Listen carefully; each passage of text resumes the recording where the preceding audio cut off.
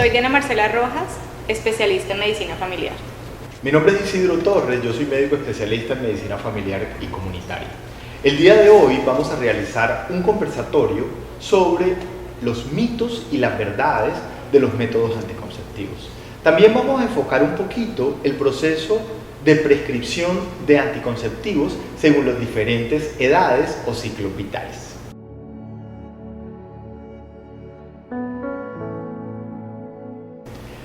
Los mitos sobre la anticoncepción no solamente están arraigados en la población general. El personal de salud también continúa multiplicando este tipo de mitos y en muchas ocasiones no se realizan prescripciones por este tipo de mitos. Hay una cosa que sí tenemos que tener en cuenta y es la parte de las creencias religiosas de los pacientes. Nosotros no podemos como personal de salud ir en contra de las creencias religiosas de los pacientes. Si un paciente profesa un tipo de religión donde le dicen que la anticoncepción es un pecado y que no debe realizarla, es nuestra obligación como médicos de atención primaria simplemente mostrarle la gama de anticonceptivos que tienen, las ventajas que tienen y que esta persona tome su decisión de acuerdo a sus creencias. Pero no podemos obligar a nuestros pacientes a que vayan en contra de sus creencias religiosas. Eso es una parte fundamental y queríamos comenzar con esta parte dentro de nuestro conversatorio. La segunda creencia o el segundo mito es que los anticonceptivos dañan la salud, doctora Diana. Bueno, doctor Isidro, tiene toda la razón. Las personas creen que planificar es malo, que les va a generar cáncer, que les va a aumentar de peso, que les va a alterar el estado de ánimo y que además les va a generar infertilidad. Una cosa que es completamente errónea en lo que piensa la gente y por eso la Organización Mundial de la Salud ha definido que deben existir los criterios de elegibilidad. Desde el 2000 hablamos de criterios de elegibilidad y la última actualización la tenemos del 2015. Esos criterios lo que nos permiten es, uno, evaluar según el ciclo vital de las pacientes cuál es el mejor método de planificación. Incluyen hombres y mujeres para planificar, porque ese es otro de los grandes errores. Pensamos que la planificación es solo para mujeres. Los hombres también planifican, existen métodos para ellos, ya sea de barrera o métodos de forma prolongada, como la vasectomía, que es definitivo. Y además de esto, nos definen cuáles son los efectos secundarios y según si la paciente tiene comorbilidades o no, cuál sería la mejor opción en nuestros pacientes. Hay muchos estudios y metaanálisis que nos muestran encuestas que realizan a pacientes en diferentes lugares del mundo. Por ejemplo, hay un estudio bien interesante que realizaron en Ghana, donde mostraban que uno de los procesos más importantes por el que los pacientes no acceden a los métodos anticonceptivos es la religión o las creencias religiosas. Y luego, en segundo lugar, ellos también encontraron que hay esa parte de que ellos consideran que el consumo de hormonas va a deteriorar su salud. Entonces, fíjense lo interesante que estos estudios descriptivos nos están mostrando y lo que la Organización Mundial de la Salud nos está diciendo. La otra cosa importante es que muchas veces el personal de atención primaria en salud está presentando como una receta de cocina para todo y no está individualizando a la mujer dentro de su proceso de anticoncepción. Y esto hace que tenga un mejor acceso y que la mujer sea mucho más receptiva ante los métodos anticonceptivos. Otro de los grandes mitos es cuánto tiempo duran los métodos anticonceptivos, si nos desintoxicamos o no con los métodos anticonceptivos. Las mujeres creen que tienen que esperar toda la vida para desintoxicarse, doctor Isidro, y por lo menos sucede con los anticonceptivos orales. Las mujeres creen que si planificaron con este método 2 años, tienen que esperar 6 meses para limpiar su organismo y de esta forma poder quedar embarazadas. Pues esta es una gran mentira, porque cada uno de los anticonceptivos tiene una vida media dependiendo de su farmacodinamia, farmacocinética, y son términos que manejamos en farmacología, y tenemos claro que los depósitos son muy pequeños y sus efectos secundarios son muy pocos. Doctor Isidro, ¿nos podría comentar también cuál es su experiencia en relación a esto? Es importante explicarle a los pacientes que la cantidad hormonal que contienen los anticonceptivos modernos es mínima, son microdosis.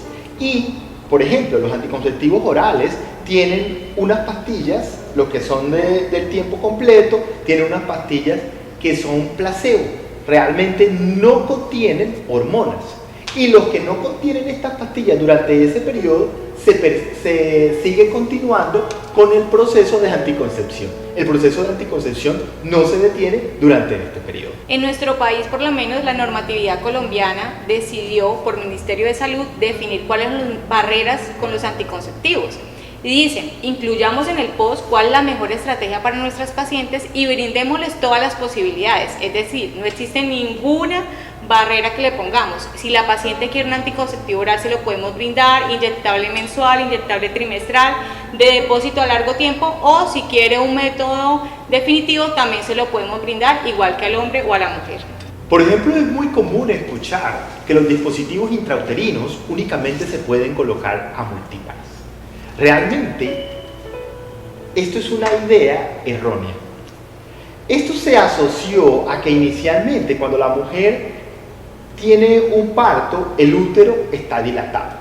Los DIU o los dispositivos intrauterinos cada vez son más pequeños y la colocación es mucho más fácil, y la dilatación del útero la realiza el mismo ginecólogo o la enfermera o la persona que tenga la capacitación para colocar el DIU. Entonces, si una mujer es nulípara, puede colocarse un DIU. Eso es una cosa que tenemos que tener en cuenta porque es una creencia arraigada tanto en la población como en el personal de salud. Por ejemplo, otra cosa importante, doctora, es con relación al peso, porque las mujeres siempre dicen que desde que comenzaron a utilizar la anticoncepción han aumentado de peso.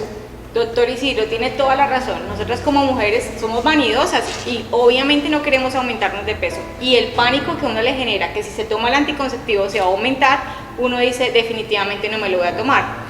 Esta es un mito completamente errado que tienen las mujeres, porque los anticonceptivos no generan aumento de peso.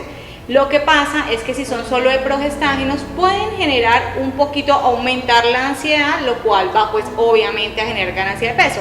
Pero si nos ponemos a revisar cuáles son realmente los hábitos de estas pacientes, hacen ejercicio, comen saludablemente, pues obviamente no, son sedentarias, comen gran cantidad de grasas, ya tenían depósitos de grasa.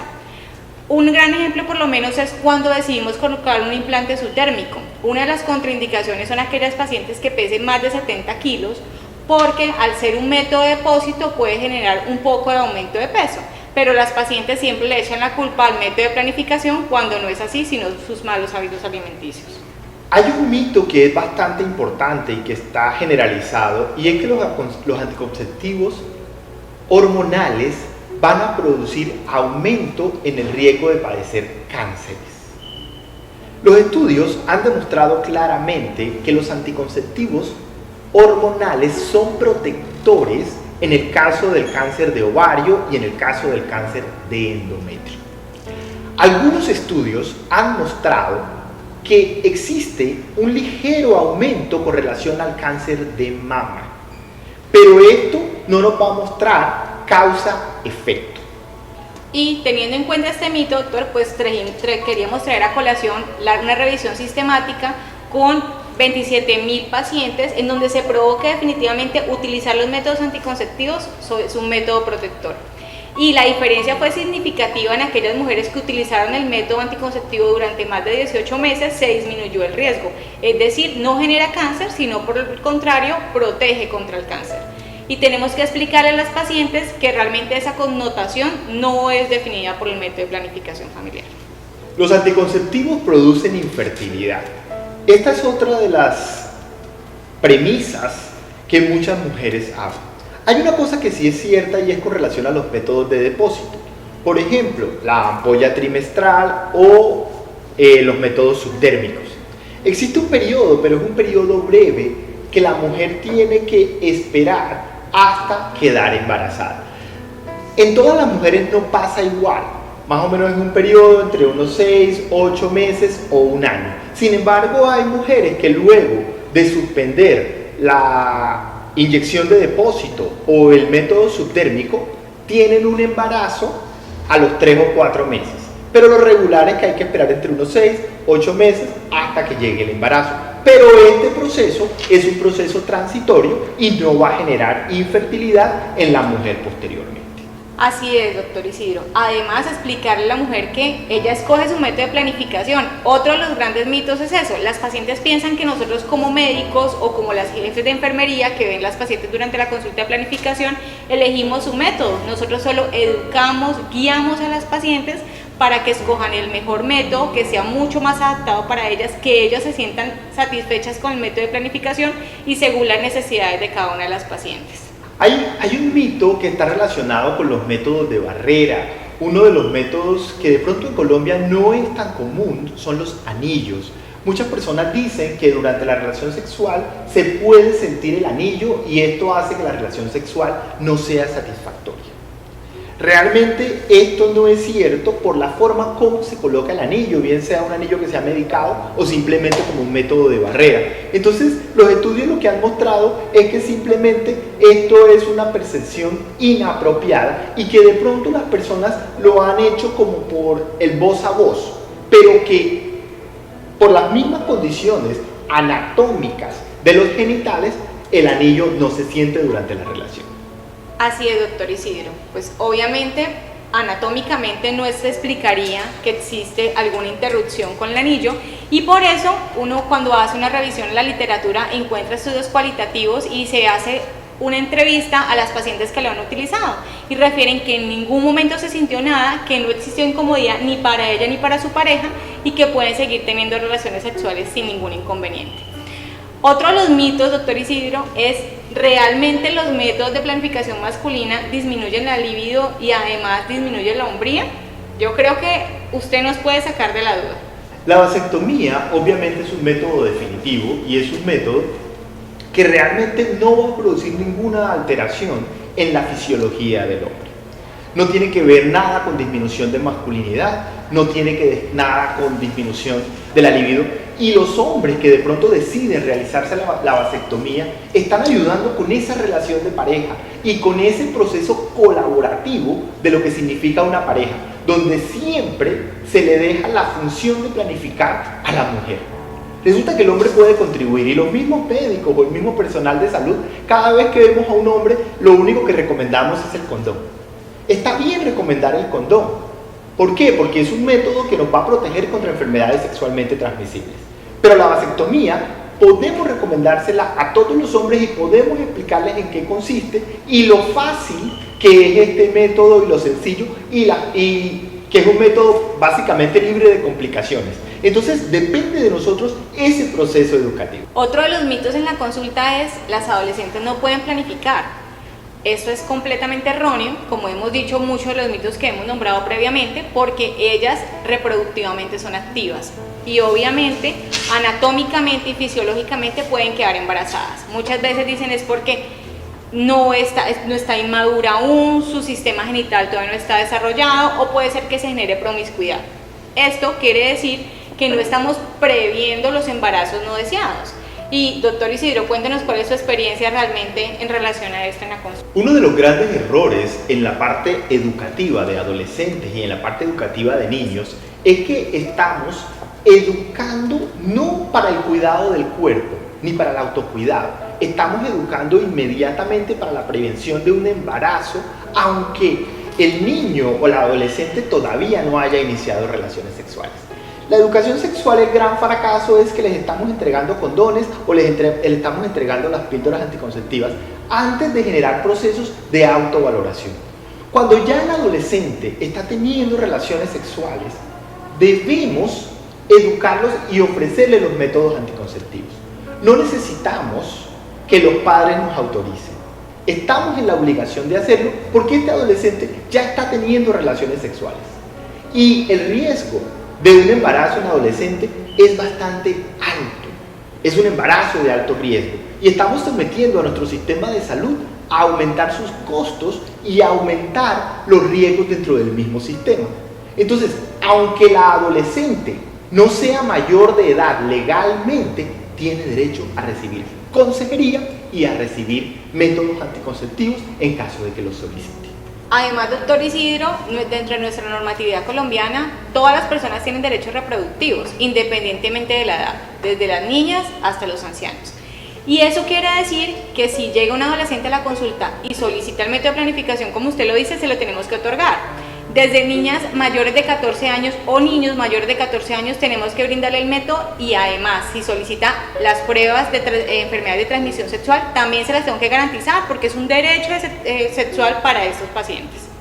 Otro de los mitos es: durante la lactancia no va a quedar embarazada. Gran error. Definitivamente sí puede quedar embarazada, está en edad reproductiva. ¿Usted qué nos puede decir, doctor Isidro?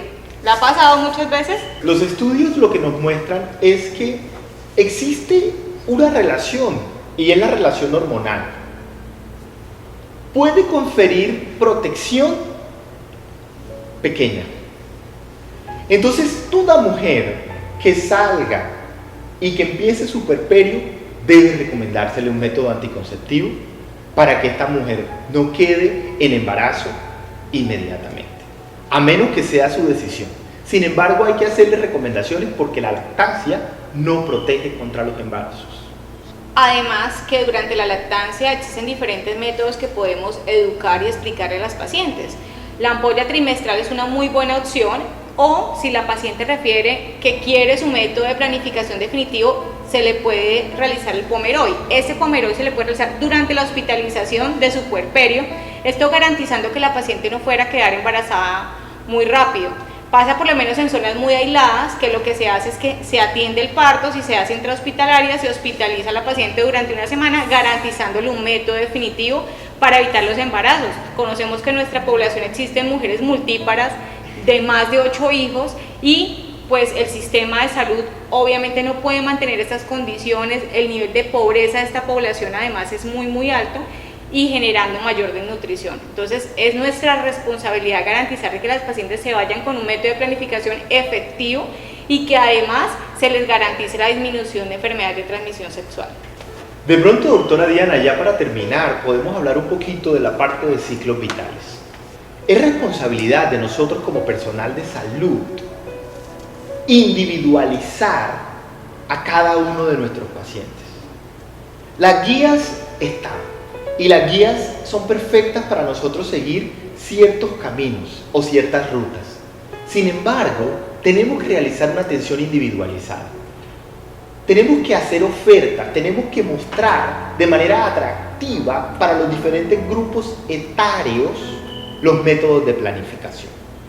A los adolescentes tenemos que llegarle como un adolescente, bajo los intereses que tiene el adolescente. Casi siempre lo que hacemos es asustar a las pacientes y de pronto decirles que un hijo les va a dañar todo su proceso de vida. Ante esto, el adolescente nos va a responder enseguida que ellos conocen muchas mujeres que han salido embarazadas en la adolescencia y que han sido felices y que han sido profesionales y que son muy exitosas. Inclusive nos van a mencionar el ejemplo de sus padres. Entonces, la recomendación es que individualicemos, pero individualicemos como en el mismo idioma de esa persona. No es lo mismo hablarle a una mujer adolescente que hablarle a una mujer de 35 años o a una mujer de 40 años. Entonces tenemos que fijarnos en sus pensamientos y cuáles son los intereses de ese paciente. Así es, doctor Isidro, uno tiene que individualizar. Las necesidades según la edad son completamente diferentes, y los métodos de planificación también ante esas necesidades son diferentes. Si quiere un método definitivo, pues obviamente una paciente adolescente va a decir que no, porque ella quiere tener hijos y tiene pues todo el derecho, pero cuando tenga la mentalidad para poderlo hacer y asuma las responsabilidades. Igual cuando tenemos mujeres de 40 años, que es cuando realmente más desean quedar embarazadas, muchas veces utilizamos los métodos de planificación es para regular su ciclo menstrual. Pueden presentar síndrome ovario poliquístico, que es una de las grandes causas de infertilidad, y es completamente manejable con los anticonceptivos orales. Entonces, la individualización es súper importante en cada uno de los pacientes y según cada una de las edades. A mí me gustaría, doctor, que nos hablara sobre un mito, y es: ¿realmente si no existe penetración no hay embarazo? Esto es bastante curioso porque también ha estado dentro de mi experiencia en el internado y en el rural, y son niñas que han salido embarazadas simplemente con juegos sexuales. Es muy común el hecho de frotar los genitales uno contra el otro y producir eyaculación cerca de la vagina. Si el líquido seminal, como les estaba diciendo, logra ingresar a la vagina, se puede producir el embarazo. Yo creo que ya para concluir, Debemos tener en cuenta que estos mitos están generalizados y que es función de nosotros como personal de salud, como personal de atención primaria, como ginecólogos, realizar educación a nuestras poblaciones. Eso es lo que concluyen los estudios, que definitivamente la mejor herramienta que tenemos es la educación y que los métodos anticonceptivos están disponibles, están al alcance de todos y es obligación de nosotros permitir que tanto hombres como mujeres tengan acceso a ellos. Y con referencia a las mujeres, ellas deben escoger su método anticonceptivo de acuerdo a sus características, de acuerdo a las experiencias que hayan tenido con los métodos previamente y cómo se sientan mucho más cómodas para lograr adherencia. Muchísimas gracias.